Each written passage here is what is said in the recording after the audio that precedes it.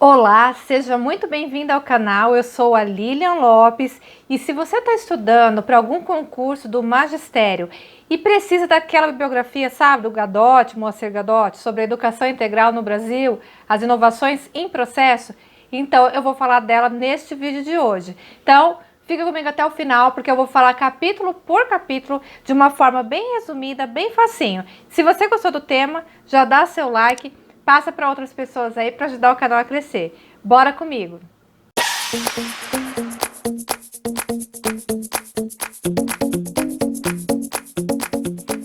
Bom, então vamos lá. Esse livro que eu vou falar ele foi lançado em 2009 pela editora e livraria Instituto Paulo Freire. Então, no capítulo 1, o autor ele vai dizer sobre a educação integral e sobre o tempo integral. Então existe sim uma diferença entre esses dois e ele vai explicitar isso no capítulo 1. Então o que acontece? No passado houveram assim filósofos, educadores, que eles pensaram muito numa escola integral. E aí eles entendiam, que o ser humano ele era de múltiplas dimensões e que ele vai se desenvolvendo ao longo da vida dele. E aí o autor ele vai analisar várias tendências pedagógicas, que ele vai se inspirar nas ideias lá do Paulo Freire para essa construção dessas escolas de ensino e de aprendizagem. Então no livro o autor ele vai falar sobre a educação nova. Para ele é um direito biológico de cada indivíduo e o Estado ele deveria garantir, porque seria um dever do Estado. Então o autor ele também vai citar no livro a Escola Parque, que foi criada pelo Anísio Teixeira. Vocês devem lembrar, quando Anísio Teixeira falou dessa Escola Parque.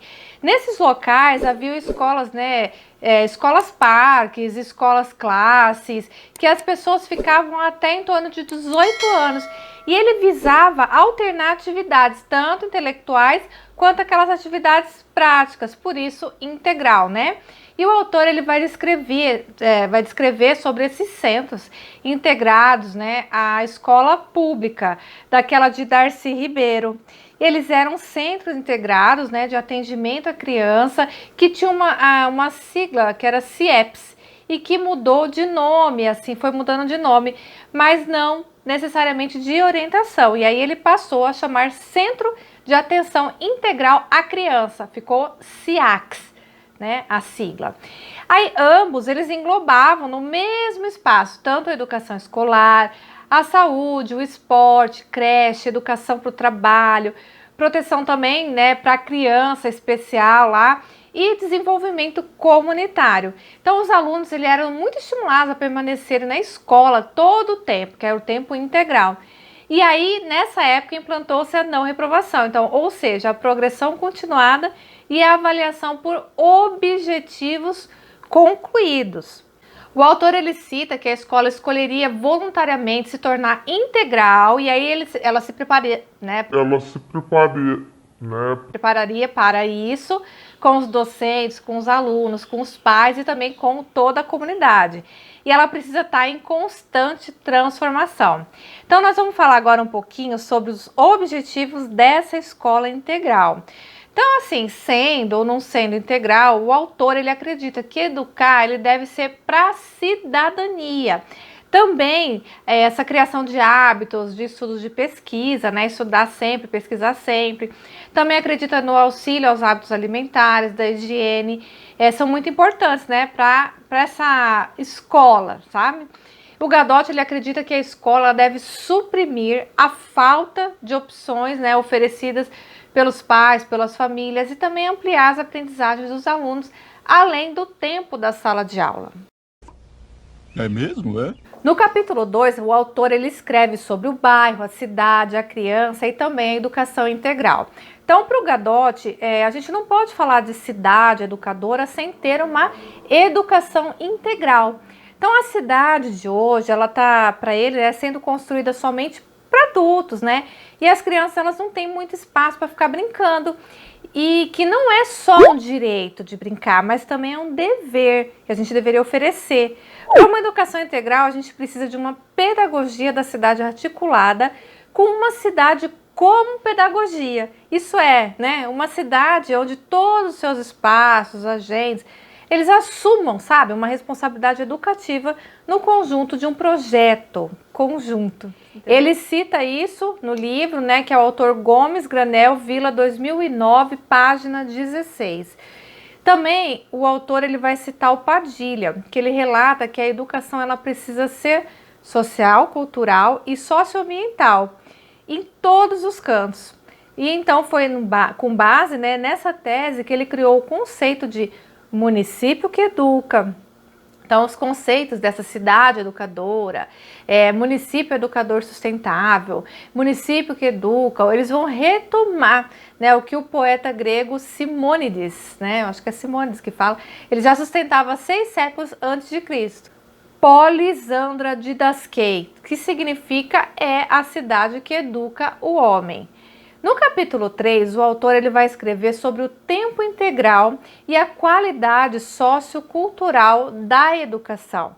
Então, para ele, né, para o autor, ampliar essa jornada escolar, ela exige menos recursos do que a gente pode até imaginar, mas ela exige também muita imaginação, vontade, né, política e também integração de diversos programas, onde a escola ela tem que estar assentada nesse conceito, né, mesmo da educação integral, que se articula, né, todas essas ações do governo às demandas da população. Então, entendendo que todas elas têm a ver direta, né, ou indiretamente com a educação.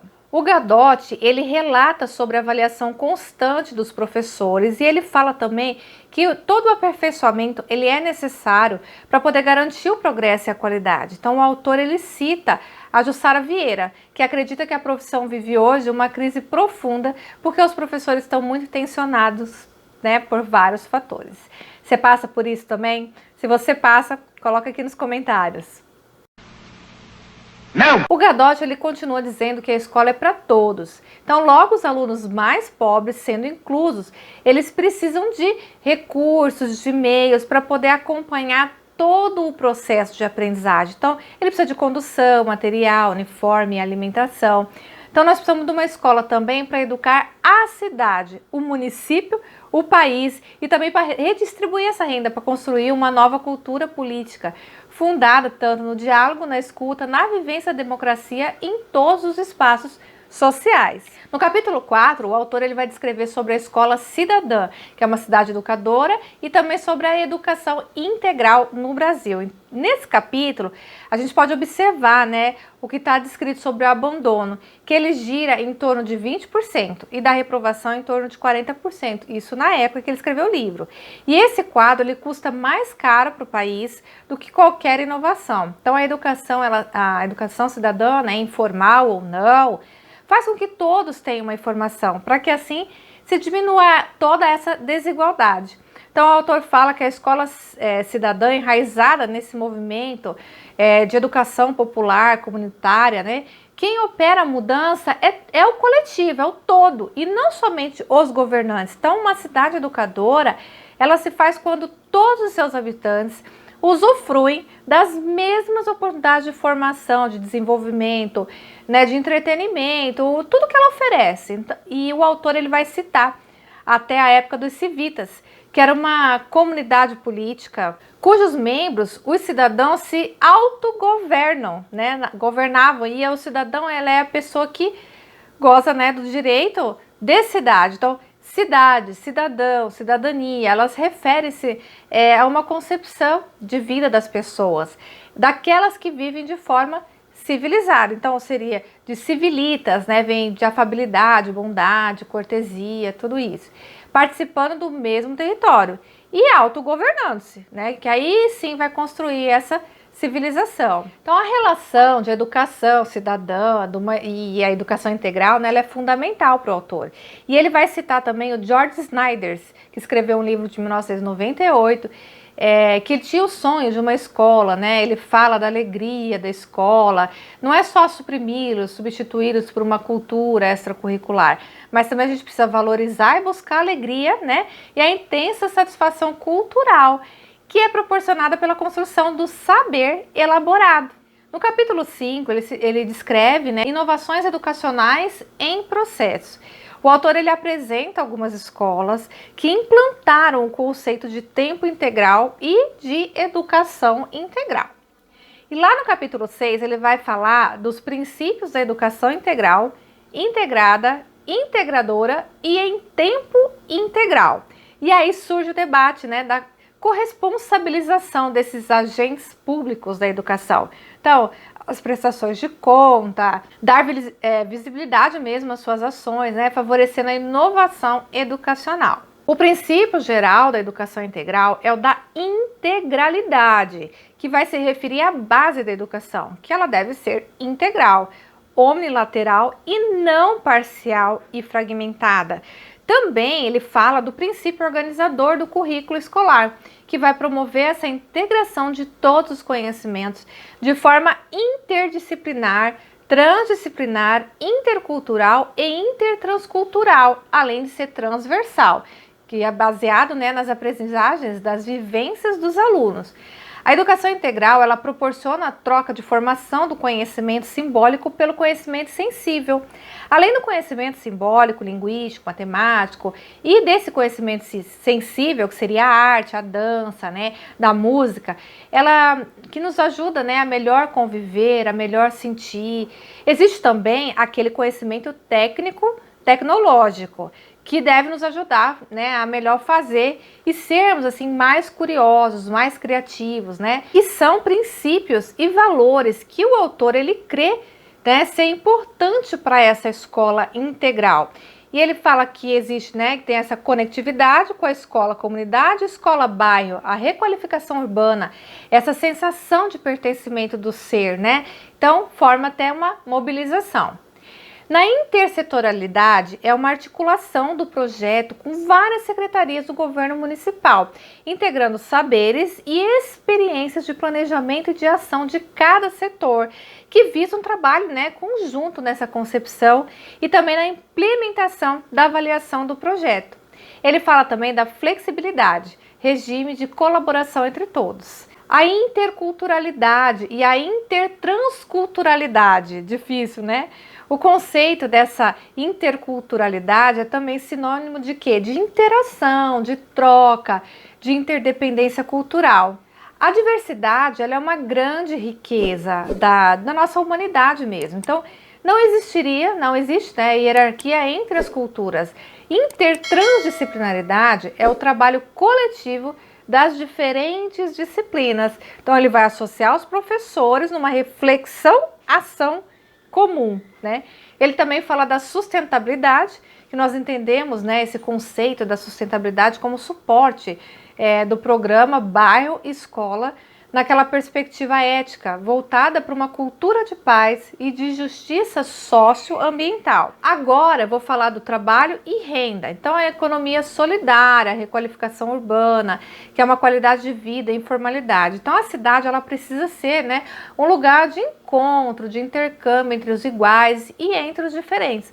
Assim, a escola deverá tornar-se um grande espaço de vivências culturais e também de produção coletiva do conhecimento contextualizado para que o mundo seja mais justo, saudável e produtivo. Então a cidade, ela precisa se responsabilizar pelo destino da educação dos seus filhos e também pela mudança que a escola precisa fazer agora, urgentemente nesse início de milênio. Então muitas crianças elas dizem que gostam muito de ir para a escola de tarde à tarde, né? Por quê? Porque seria informal, porque, né, seria mais lúdica. Então, por que a gente não transforma também a escola da manhã numa escola de boniteza e de ludicidade, como diz o autor? Eu espero que vocês tenham gostado. Qualquer comentário, põe aí abaixo para a gente poder responder. Um grande beijo, ótimo estudo!